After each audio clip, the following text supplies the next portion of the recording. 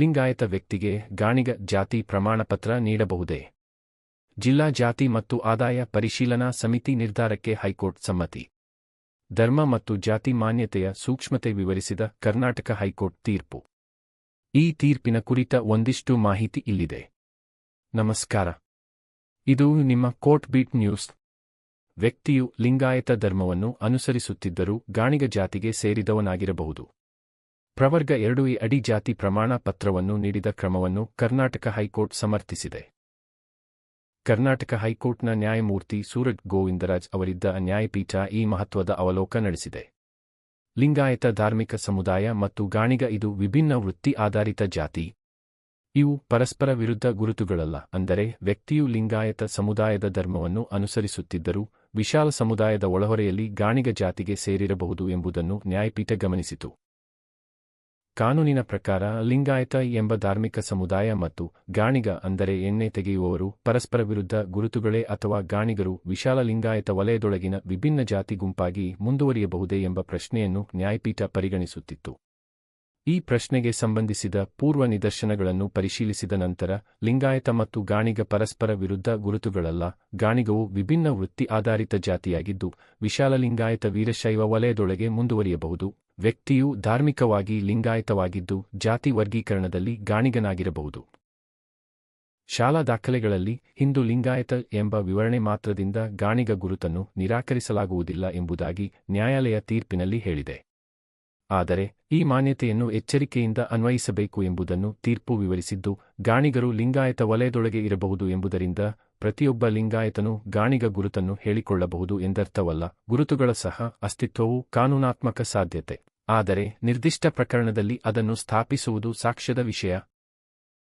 ಆದ್ದರಿಂದ ವಂಶ ಪಾರಂಪರ್ಯ ದಾಖಲೆಗಳಲ್ಲಿ ಲಿಂಗಾಯತ ಎಂದು ವಿವರಿಸಲ್ಪಟ್ಟ ಅರ್ಜಿದಾರನು ಗಾಣಿಗ ಗುರುತನ್ನು ಹೇಳಿಕೊಂಡಾಗ ಪ್ರಾಧಿಕಾರಗಳು ಪ್ರತಿಯೊಂದು ಪ್ರಕರಣದಲ್ಲೂ ಜಾಗರೂಕ ಮತ್ತು ಸಾಕ್ಷ್ಯಾಧಾರಿತ ತನಿಖೆ ನಡೆಸಬೇಕು ಎಂದು ಹೇಳಿದೆ.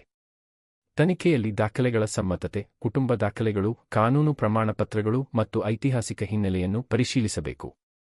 ಕೇವಲ ಹೇಳಿಕೆ ಸಾಕಾಗದು. ವಿಶ್ವಾಸಾರ್ಹ ಮತ್ತು ಪರಿಶೀಲಿಸಬಹುದಾದ ಸಾಕ್ಷಿ ಅಗತ್ಯ. ಕರ್ನಾಟಕದ ಲಿಂಗಾಯತ ವೀರಶೈವ ಸಮುದಾಯದ ಸಮಾಜಶಾಸ್ತ್ರೀಯ ಮತ್ತು ಐತಿಹಾಸಿಕ ರಚನೆಗೆ ಉಲ್ಲೇಖ ಮಾಡುತ್ತಾ ನ್ಯಾಯಾಲಯ ಇದು ಐತಿಹಾಸಿಕವಾಗಿ ಹಲವು ವೃತ್ತಿ ಮತ್ತು ಜಾತಿ ಗುಂಪುಗಳನ್ನು ಒಳಗೊಂಡಿರುವ ವಿಶಾಲ ಧಾರ್ಮಿಕ ಪಂಥ ಎಂದು ಹೇಳಿತು. ಎಂ. ವಿ. ಚಂದ್ರಕಾಂತ್ ವಿರುದ್ಧ ಸಂಗಪ್ಪ ಪ್ರಕರಣದಲ್ಲಿ ಮಾನ್ಯ ಸುಪ್ರೀಂ ಕೋರ್ಟ್ ನೀಡಿದ ತೀರ್ಪನ್ನು ಉಲ್ಲೇಖಿಸಿದ ನ್ಯಾಯಪೀಠ ಹಾವನೂರು ಆಯೋಗದ ವರದಿ ಪ್ರಕಾರ ವೀರಶೈವ ಲಿಂಗಾಯತ ಸಮುದಾಯವು ವಿಭಿನ್ನ ಜಾತಿ ಬ್ಲಾಕ್ಗಳನ್ನು ಒಳಗೊಳ್ಳುವ ಮೂಲಕ ಅಭಿವೃದ್ಧಿಯಾಯಿತು. ಅವುಗಳಲ್ಲಿ ಅನೇಕವು ಸಾಮಾನ್ಯ ಪಂಥದೊಳಗೆ ಭಾಗಿಯಾಗಿದ್ದರೂ ತಮ್ಮ ವೃತ್ತಿ ಮತ್ತು ಸಾಮಾಜಿಕ ಗುರುತನ್ನು ಉಳಿಸಿಕೊಂಡಿದ್ದವು. ಆಯೋಗವು ಗಾಣಿಗರು, ಎಣ್ಣೆ ತೆಗೆಯುವವರು, ಕುಂಬಾರರು, ಮಡಕೆಗಾರರು, ಕ್ಷೌರಿಕರು, ಅಗಸರು, ಧೋಬಿಗಳು ಮತ್ತು ಇತರೆ ಗುಂಪುಗಳನ್ನು ಐತಿಹಾಸಿಕವಾಗಿ ವೀರಶೈವ ವಲಯದೊಳಗೆ ಅಥವಾ ಅದರೊಂದಿಗೆ ಜೊತೆಯಾಗಿ ಇದ್ದರೂ ಪ್ರತ್ಯೇಕ ಗುರುತನ್ನು ಉಳಿಸಿಕೊಂಡ ಜಾತಿ ಘಟಕಗಳೆಂದು ಗುರುತಿಸಿತು ಎಂಬುದನ್ನು ಉಲ್ಲೇಖಿಸಿದೆ. ಪ್ರಭುಶಂಕರ್ ಕೆ. ವಿ. ವಿರುದ್ಧ ಮೆಡಿಕಲ್ ಕಾಲೇಜ್ ಆಯ್ಕೆ ಸಮಿತಿ ಪ್ರಕರಣದಲ್ಲಿ ಕರ್ನಾಟಕ ಹೈಕೋರ್ಟ್ ನೀಡಿದ ತೀರ್ಪನ್ನು ಉಲ್ಲೇಖಿಸಿದ ನ್ಯಾಯಪೀಠ ಈ ತೀರ್ಪಿನಲ್ಲಿ ವ್ಯಕ್ತಿಯನ್ನು ಕೇವಲ ಲಿಂಗಾಯತ ಎಂದು ವಿವರಿಸಿರುವುದರಿಂದ ಅವನು ಗಾಣಿಗ ಎಂಬ ಹಿಂದಿನ ಉಪಜಾತಿಗೆ ಸೇರಿರುವುದನ್ನು ತಡೆಯುವುದಿಲ್ಲ ಎಂದು ಸ್ಪಷ್ಟವಾಗಿ ಹೇಳಲಾಗಿದೆ. ಪಂಥೀಯ ಗುರುತು ಮತ್ತು ಜಾತಿ ಗುರುತು ಒಂದೇ ಸಮಯದಲ್ಲಿ ಕಾರ್ಯನಿರ್ವಹಿಸಬಹುದು ಎಂಬುದನ್ನು ನ್ಯಾಯಾಲಯ ಒಪ್ಪಿಕೊಂಡಿದೆ. ವ್ಯಕ್ತಿಯು ಲಿಂಗಾಯತ ಧರ್ಮವನ್ನು ಅನುಸರಿಸುತ್ತಿದ್ದರೂ ಆ ವಲಯದೊಳಗಿನ ನಿರ್ದಿಷ್ಟ ವೃತ್ತಿ ಜಾತಿಗೆ ಸೇರಿರಬಹುದು ಎಂದು ನ್ಯಾಯಾಲಯ ಗಮನಿಸಿದೆ. ನ್ಯಾಯಾಲಯವು ಸುಪ್ರೀಂ ಕೋರ್ಟ್ನ ಎಂ. ವಿ.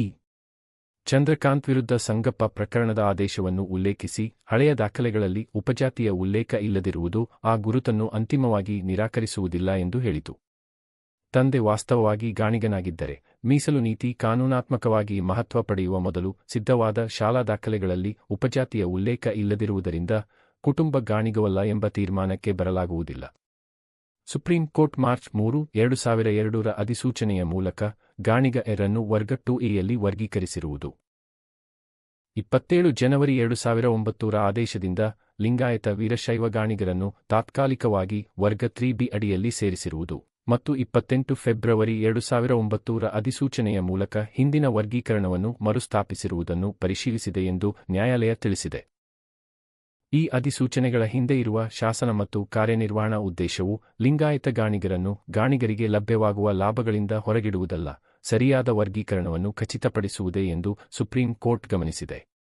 ತಾತ್ಕಾಲಿಕ ಮರುವರ್ಗೀಕರಣ ಮತ್ತು ತಕ್ಷಣದ ಮರುಸ್ಥಾಪನೆ ಲಿಂಗಾಯತ ಗಾಣಿಗರು ಮೀಸಲು ಉದ್ದೇಶಕ್ಕಾಗಿ ಗಾಣಿಗ ಸಮುದಾಯದ ಭಾಗವೆಂಬ ಮಾನ್ಯತೆಯನ್ನು ತೋರಿಸುತ್ತದೆ.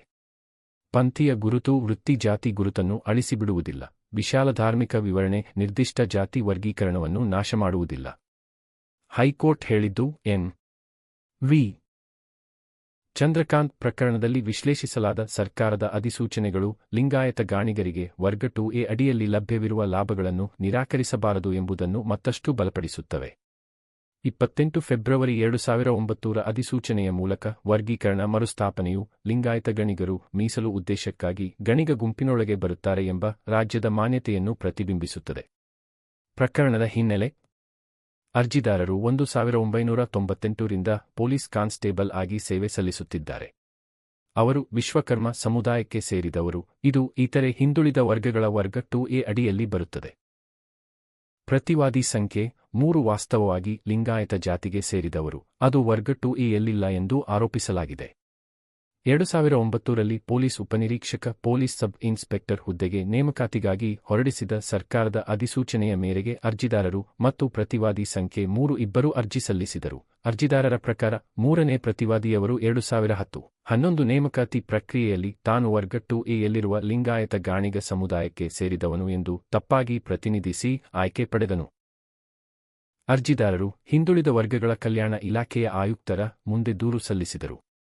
ಅದರಂತೆ ಜಿಲ್ಲಾ ಜಾತಿ ಮತ್ತು ಆದಾಯ ಪರಿಶೀಲನಾ ಸಮಿತಿಯು ತನಿಖೆ ನಡೆಸಿ 16 ಜೂನ್ 2010ರ ಆದೇಶದ ಮೂಲಕ 3ನೇ ಪ್ರತಿವಾದಿ ಪರವಾಗಿ ವರ್ಗ 2A ಅಡಿಯಲ್ಲಿ ಜಾತಿ ಪ್ರಮಾಣಪತ್ರ ನೀಡುವ ವಿನಂತಿಯನ್ನು ತಿರಸ್ಕರಿಸಿತು. 3ನೇ ಪ್ರತಿವಾದಿಯವರು ಅಪೀಲು ಸಲ್ಲಿಸಿದ್ದು 13 ಜುಲೈ 2010ರ ಆದೇಶದ ಮೂಲಕ ಅಪೀಲು ಪ್ರಾಧಿಕಾರವು ಅಪೀಲನ್ನು ಅನುಮತಿಸಿ ಸಂಬಂಧಿತ ದಾಖಲೆಗಳನ್ನು ಸಲ್ಲಿಸಲು ಅವಕಾಶ ನೀಡಿ ವಿಚಾರವನ್ನು ಮರುಪರಿಶೀಲನೆಗಾಗಿ ಸಮಿತಿಗೆ ಹಿಂತಿರುಗಿಸಿತು. ಮರುಪರಿಶೀಲನೆಯ ನಂತರ ಸಮಿತಿಯು ಪ್ರತಿವಾದಿ ಸಂಖ್ಯೆ 3ರ ಶಾಲಾ ದಾಖಲೆಗಳಲ್ಲಿ ಲಿಂಗಾಯತ ಗಾಣಿಗ ಎ ಎಂದು ಜಾತಿ ಸೂಚಿಸುವ ತಿದ್ದುಪಡಿ ಸೇರಿಕೆ ಇರುವುದನ್ನು ಗಮನಿಸಿತು. ತಿದ್ದುಪಡಿ ಮಾನ್ಯ ಆದೇಶದ ಮೇರೆಗೆ ಮಾಡಲಾಗಿದೆ ಎಂಬ ಊಹೆಯ ಮೇಲೆ ಸಮಿತಿಯು ಪ್ರತಿವಾದಿ ಸಂಖ್ಯೆ 3ರ ಪರವಾಗಿ ವರ್ಗ 2A ಅಡಿಯಲ್ಲಿ ಜಾತಿ ಪ್ರಮಾಣಪತ್ರ ನೀಡಲು ನಿರ್ದೇಶಿಸಿತು. ಅಖಿಲ ಭಾರತ ಗಾಣಿಗರ ಸಂಘದ ಅಧ್ಯಕ್ಷರು ಜಾತಿ ಪ್ರಮಾಣಪತ್ರ ನೀಡಲು ಶಿಫಾರಸು ಮಾಡಿರುವುದನ್ನು ಆದೇಶ ದಾಖಲಿಸಿದೆ. ಇದನ್ನು ಅರ್ಜಿದಾರರು ಪ್ರಶ್ನಿಸಿದರೂ ಅವರ ಅಪೀಲು ತಿರಸ್ಕೃತವಾಯಿತು. ಇದಕ್ಕೆ ವಿರುದ್ಧವಾಗಿ ಅವರು ಹೈಕೋರ್ಟ್ ಮೊರೆ ಹೋದರು. ಪ್ರಸ್ತುತ ಪ್ರಕರಣದಲ್ಲಿ ದಾಖಲೆಗಳ ಆಧಾರದ ಮೇಲೆ ಪ್ರತಿವಾದಿ ಸಂಖ್ಯೆ 3 ವರ್ಗ 2A ಅಡಿಯಲ್ಲಿ ಗಾಣಿಗ ಸಮುದಾಯಕ್ಕೆ ಸೇರಿದವನೆಂದು ಸಾಕಷ್ಟು ಅಂಶಗಳಿಂದ ಸಾಬೀತಾಗಿದೆ. ಕೆಲವು ವಂಶಪಾರಂಪರ್ಯ ದಾಖಲೆಗಳಲ್ಲಿ ಇರುವ ಲಿಂಗಾಯತ ಎಂಬ ವಿಶಾಲ ವಿವರಣೆ ಈ ತೀರ್ಮಾನವನ್ನು ನಿರಾಕರಿಸುವುದಿಲ್ಲ ಎಂದು ನ್ಯಾಯಾಲಯ ಹೇಳಿತು. ಪ್ರತಿವಾದಿ ಸಂಖ್ಯೆ 3ರಿಗೆ ಜಾತಿ ಪ್ರಮಾಣಪತ್ರ ನೀಡಿದ ಪ್ರಾಧಿಕಾರಗಳ ಆದೇಶಗಳು ಸಹಜ ನ್ಯಾಯತತ್ವಗಳನ್ನು ಉಲ್ಲಂಘಿಸುವುದಿಲ್ಲ, ಅವು ವಿಚಿತ್ರ ಅಥವಾ ಅಸಂಗತವಲ್ಲ ಮತ್ತು ಸಾಕ್ಷ್ಯಾಧಾರದಿಂದ ಬೆಂಬಲಿತವಾಗಿವೆ ಎಂದು ನ್ಯಾಯಾಲಯ ಹೇಳಿದೆ. ಆದಾಗ್ಯೂ ತೀರ್ಪಿನಲ್ಲಿರುವ ಅವಲೋಕನಗಳು ಕಾನೂನುಬದ್ಧ ಪ್ರಾಧಿಕಾರಗಳ ಮುಂದೆ ಇಡಲಾದ ದಾಖಲೆಗಳ ಆಧಾರದಲ್ಲಿಯೇ ಇರುವುದಾಗಿ ನ್ಯಾಯಾಲಯ ಸ್ಪಷ್ಟಪಡಿಸಿದೆ. ರಿಟ್ ಅರ್ಜಿಯನ್ನು ತಿರಸ್ಕರಿಸಲಾಯಿತು. ಪ್ರಕರಣ ಶೀರ್ಷಿಕೆ ಟಿ.ಎನ್. ಜಗದೀಶ್ ವಿರುದ್ಧ ಚೇರ್ಮನ್ ಜಿಲ್ಲಾಧಿಕಾರಿ, ಜಿಲ್ಲಾ ಜಾತಿ ಮತ್ತು ಆದಾಯ ಪರಿಶೀಲನಾ ಸಮಿತಿ ಮತ್ತಿತರರು. ಕರ್ನಾಟಕ ಹೈಕೋರ್ಟ್ ರಿಟ್ ಅರ್ಜಿ ಸಂಖ್ಯೆ 24836ರಲ್ಲಿ 2016. ಇದು ಈ ತೀರ್ಪಿನ ಸಂಕ್ಷಿಪ್ತ ಮಾಹಿತಿ. ತೀರ್ಪಿನ ಕುರಿತ ಮತ್ತಷ್ಟು ಮಾಹಿತಿಯನ್ನು ಪಡೆಯಲು ನಮ್ಮ ವೆಬ್ಸೈಟ್ಗೆ ಭೇಟಿ ನೀಡಬಹುದು. ಈ ಮಾಹಿತಿ ಉಪಯುಕ್ತವಾಗಿದ್ದರೆ ಒಂದು ಲೈಕ್ ಕೊಡಿ. ಪ್ರಶ್ನೆ, ಸಲಹೆ, ಸೂಚನೆ ಇದ್ದರೆ ಕಮೆಂಟ್ ಬಾಕ್ಸ್ನಲ್ಲಿ ಬರೆಯಿರಿ. ನಿಮ್ಮ ಸಹಕಾರ